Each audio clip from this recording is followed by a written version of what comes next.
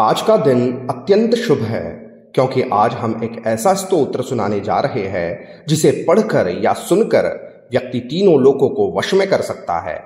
ऐसा शक्तिशाली स्तोत्र जिसके प्रभाव से व्यक्ति चाहकर भी निर्धन नहीं हो सकता और जिसके नित्य पाठ से कैलाशवास भी कठिन नहीं।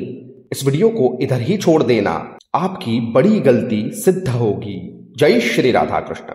इस दिव्य गणपति स्तोत्र की रचना स्वयं महर्षि वेदव्यास ने पद्म पुराण के सृष्टि खंड में की थी। स्तोत्र की फलश्रुति में वर्णन है, जो मनुष्य भक्ति से इस पवित्र गणेशाष्टक का पाठ करता है वह सभी सिद्धियां प्राप्त करता है और रुद्रलोक में सम्मान पाता है। जो व्यक्ति इसे प्रतिदिन पढ़ता है वह कभी 7 जन्मों में दरिद्र नहीं होता और राजाओं जैसा वैभव प्राप्त करता है। इस परम पुण्य स्तोत्र को केवल पढ़ने या सुनने से ही मनुष्य त्रिलोक तीनों लोगों को अपने वश में करने की शक्ति प्राप्त करता है।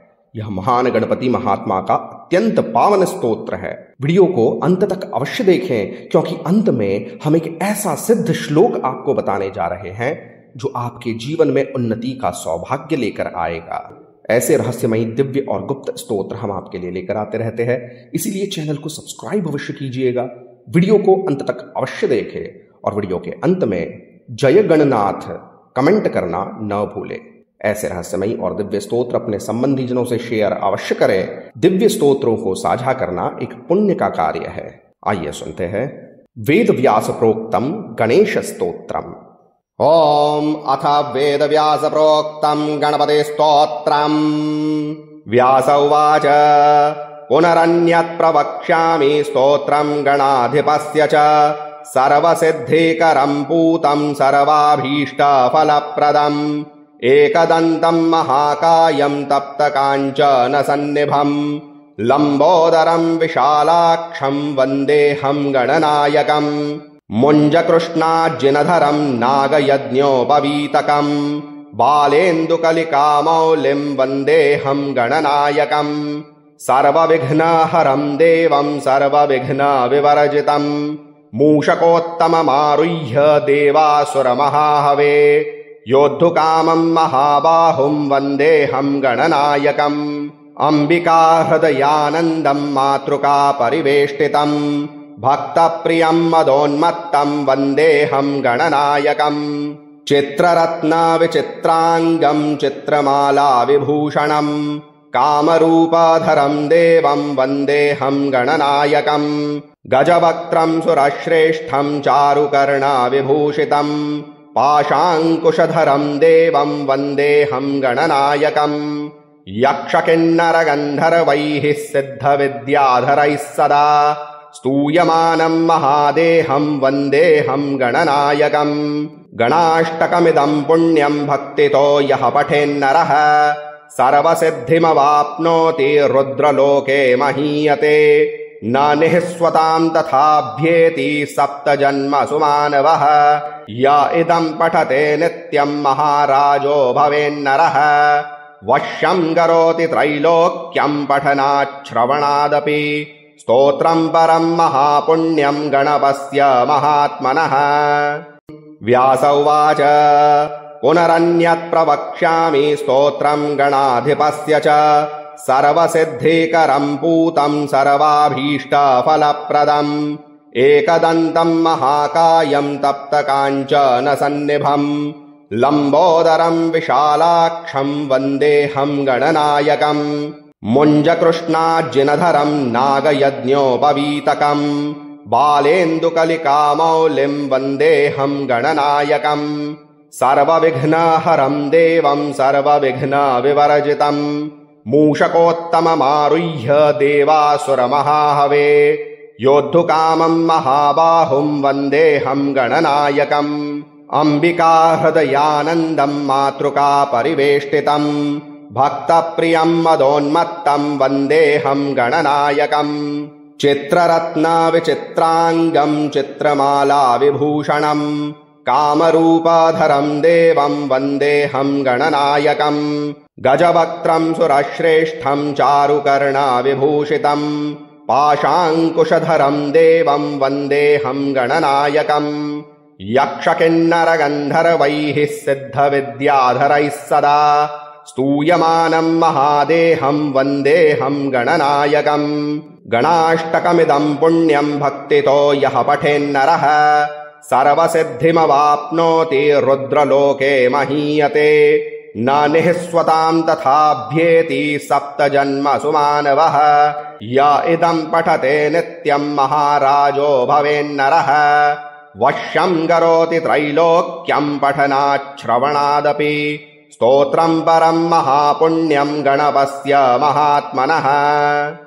व्यास उवाच पुनरन्यत् प्रवक्ष्यामि स्तोत्रं गणाधिपस्य च सर्वसिद्धिकरं पूतं सर्वाभीष्टफलप्रदम् एकदन्तं महाकायं तप्तकाञ्चनसन्निभं लम्बोदरं विशालाक्षं वन्देऽहं गणनायकम् मुञ्जकृष्णार्जिनधरं नागयज्ञोपवीतकम् बालेन्दुकलिकामौलिं वन्देऽहं गणनायकम् सर्वविघ्नहरं देवं सर्वविघ्नविवर्जितम् मूषकोत्तममारुह्य देवासुरमहाहवे योद्धुकामं महाबाहुं वन्देऽहं गणनायकम् अम्बिकाहृदयानन्दं मातृका परिवेष्टितम् भक्तप्रियं मदोन्मत्तं वन्देऽहं गणनायकम् चित्ररत्नविचित्राङ्गं चित्रमाला विभूषणं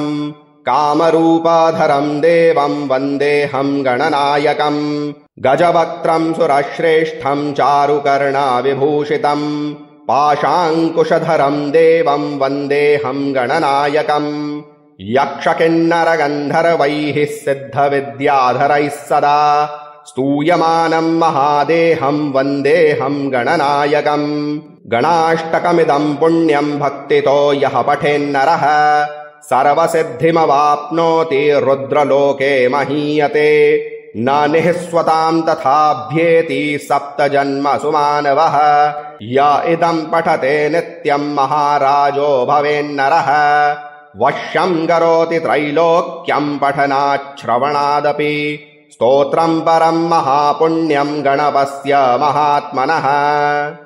व्यास उवाच पुनरन्यत् प्रवक्ष्यामि स्तोत्रं गणाधिपस्य च सर्वसिद्धिकरं पूतं सर्वाभीष्टफलप्रदम् एकदन्तं महाकायं तप्तकाञ्चनसन्निभं लम्बोदरं विशालाक्षं वन्देऽहं गणनायकम् मुञ्जकृष्णार्जिनधरं नागयज्ञोपवीतकम् बालेन्दुकलिकामौलिं वन्देऽहं गणनायकम् सर्वविघ्नहरं देवं सर्वविघ्नविवर्जितम् मूषकोत्तममारुह्य देवासुरमहाहवे योद्धुकामं महाबाहुं वन्देऽहं गणनायकम् अम्बिकाहृदयानन्दं मातृका परिवेष्टितम् भक्तप्रियं मदोन्मत्तं वन्देऽहं गणनायकम् चित्ररत्नविचित्राङ्गं चित्रमाला विभूषणं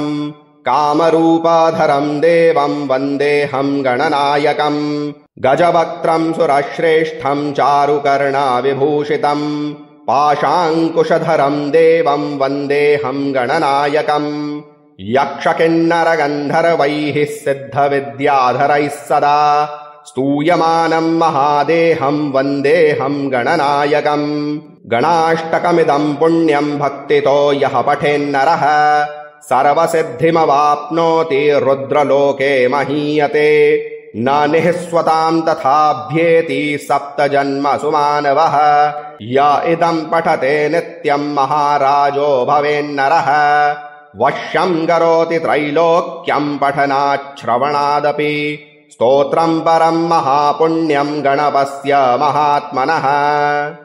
व्यास उवाच पुनरन्यत् प्रवक्ष्यामि स्तोत्रं गणाधिपस्य च सर्वसिद्धिकरं पूतं सर्वाभीष्टफलप्रदम् एकदन्तं महाकायं तप्तकाञ्चनसन्निभं लम्बोदरं विशालाक्षं वन्देऽहं गणनायकम् मुञ्जकृष्णार्जिनधरं नागयज्ञोपवीतकम् बालेन्दुकलिकामौलिं वन्देऽहं गणनायकम् सर्वविघ्नहरं देवं सर्वविघ्नविवर्जितम् मूषकोत्तममारुह्य देवासुरमहाहवे योद्धुकामं महाबाहुं वन्देऽहं गणनायकम् अंबिका हृदयानन्दं मातृका परिवेष्टितं भक्तप्रियं मदोन्मत्तं वन्देऽहं गणनायकम् चित्ररत्नविचित्राङ्गं चित्रमाला विभूषणं कामरूपाधरं देवं वन्देऽहं गणनायकम् गजवक्त्रं सुरश्रेष्ठं चारुकर्णविभूषितं पाशाङ्कुशधरं देवं वन्देऽहं गणनायकम् यक्षकिन्नरगन्धर्वैः सिद्धविद्याधरैः सदा स्तूयमानं महादेहं वन्देऽहं गणनायकम् गणाष्टकमिदं पुण्यं भक्तितो यः पठेन्नरः सर्वसिद्धिमवाप्नोति रुद्रलोके महीयते न निःस्वतां तथाभ्येति सप्तजन्मसु मानवः य इदं पठते नित्यं महाराजो भवेन्नरः वश्यं करोति त्रैलोक्यं पठनाच्छ्रवणादपि स्तोत्रं परं महापुण्यं गणपस्य महात्मनः। अति शक्तिशाली महागणपति श्लोक। सर्वविघ्नहरं देवं सर्वविघ्नविवर्जितं सर्वसिद्धिप्रदातारं वन्देऽहं गणनायकम्। अर्थात सभी विघ्नों का नाश करने वाले, स्वयं सभी विघ्नों से रहित, सभी सिद्धियां प्रदान करने वाले देव गणनायक को मैं नमस्कार करता हूं। इस श्लोक से नित्य 108 मनकों वाली माला का जाप प्रारंभ कर दो। जीवन में संकट और दुर्भाग्य से प्रकट यातनाएं कम होने लगेगी। मन में भगवान गणेश को स्थापित कर किया गया यह जाप कभी निष्फल नहीं होता। गणेशाय नमः। ओम श्री पद्म महापुराणे प्रथमे सृष्टिखंडे गणपते स्तोत्रम्।